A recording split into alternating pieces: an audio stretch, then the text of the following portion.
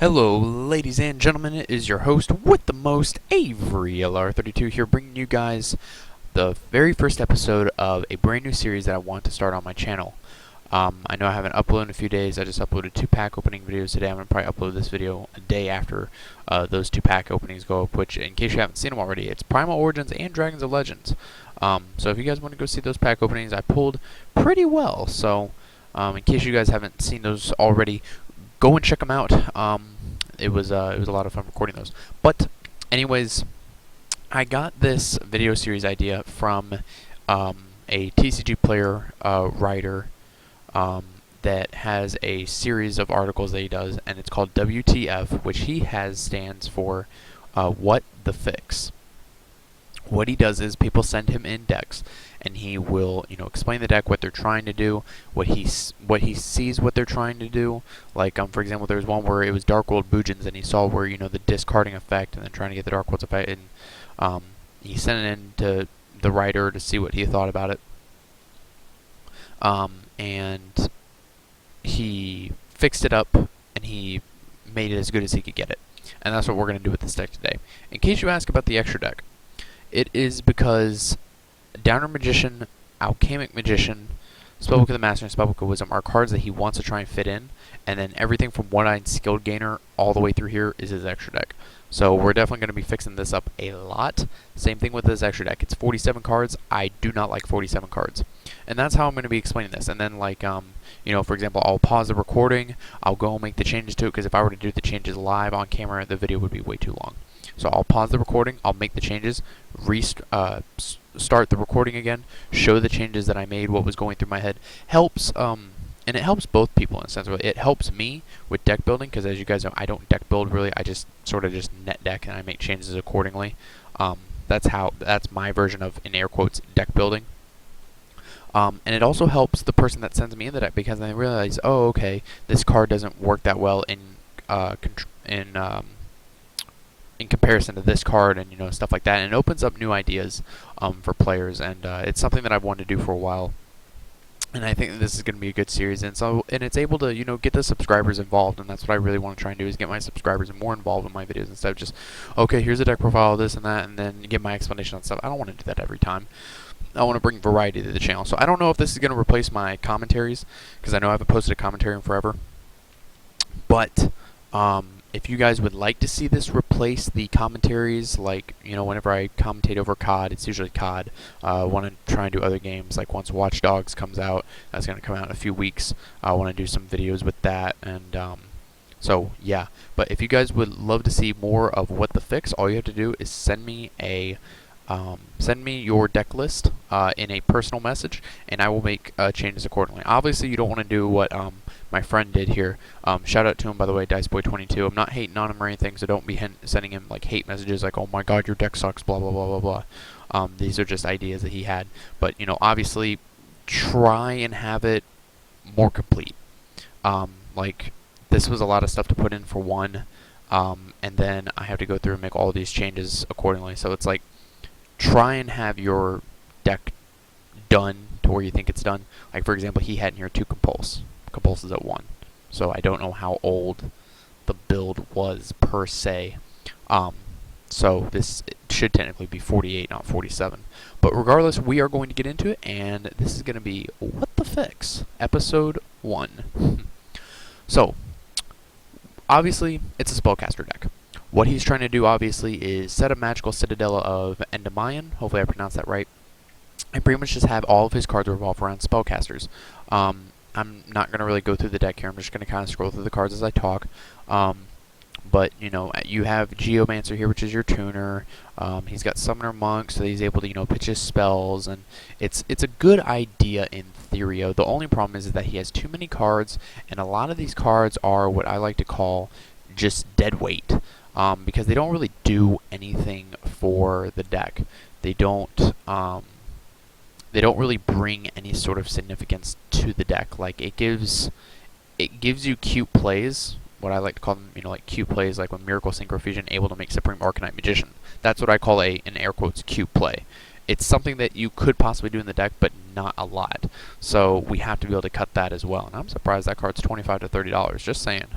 So the first thing that I'm obviously going to cut, some of these changes I will do live on camera, obviously. But the first thing I'm going to cut is the Miracle Synchro Fusion, along with the Supreme Arcanite Magician. It's an inconsistent play. It's not really going to do you anything. Like, Supreme Arcanite Magician doesn't have an amazing effect. So, yeah. Oracle of the Sun, it's a level 5. It's a Cyber Dragon.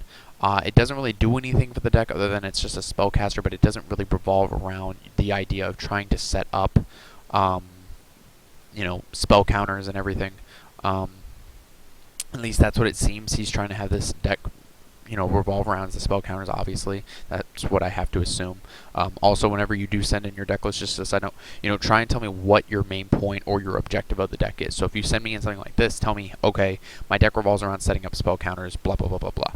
So that's just what I'm going along with. This is just, most likely it's to set up spell counters. I've known this guy forever, so most likely this is what he's trying to do. And then he also has other spellcasters here, like these two tuners here. They're neat. It's cool that it's a level 2 tuner. It doesn't do much for the deck, though. He's also got some spellbook cards in here to help out boost up his spellcasters. Like, he's literally having everything revolve around spellcasters. The problem is, though, that, it comes down to one of those things like, you can't have every card in your deck just revolve around spellcaster. There has to be balance. Like with the Gravekeeper Spies, they're almost like just 2,000 defense walls. Like, they're not really doing anything for you other than grabbing another spy that you can exceed into, which is a neat play in itself, but it's not going to get you to where you need to go. So I'm going to make the changes that I see fit here, and I will be right back. Wow, that took a long time. Okay, guys, I'm back. I feel that if you were to do testing with this deck, there could be some changes that could be made to it. This is the final product that I could come up with. Obviously, like I said, it is sort of a rough draft, so to speak, because there is one extra deck card missing that you could just throw in anything you want.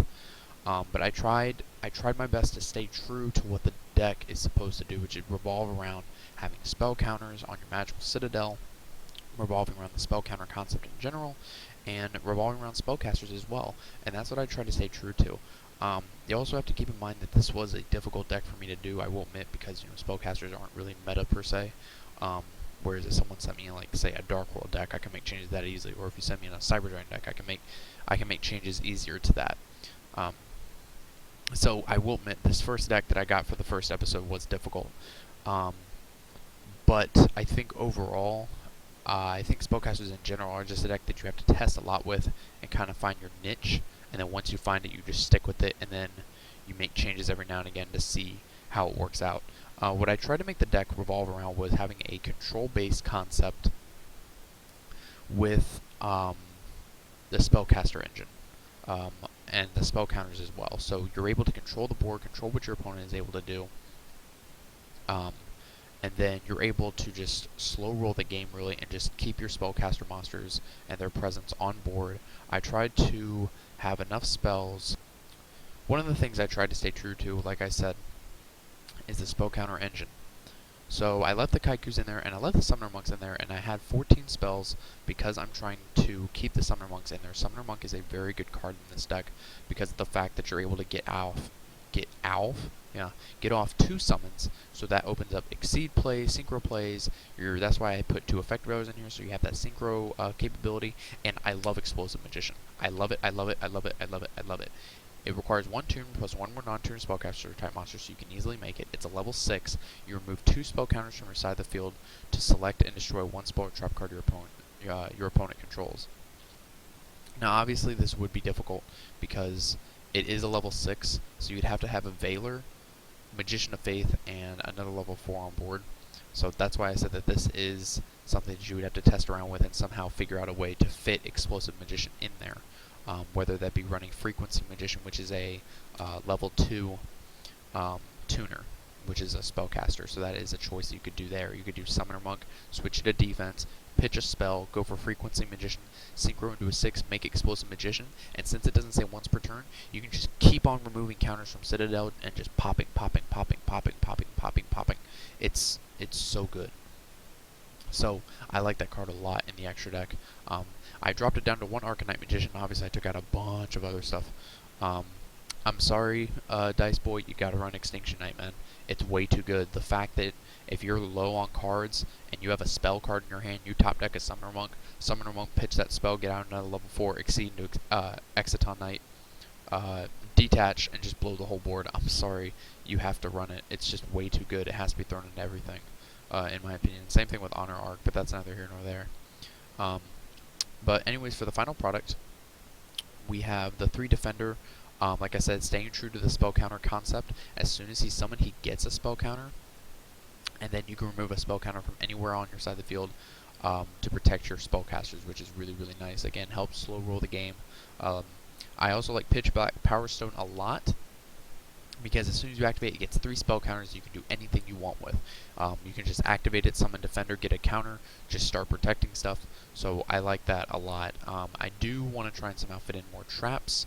That is one of my complaints that I have with this deck, is that I want to try and somehow fit in more traps so you can be able to help slow roll the game more, whether that be throwing in some Macrocosmos or some D-Fishers or a Macrocosmos or a D-Fisher to help slow down the game.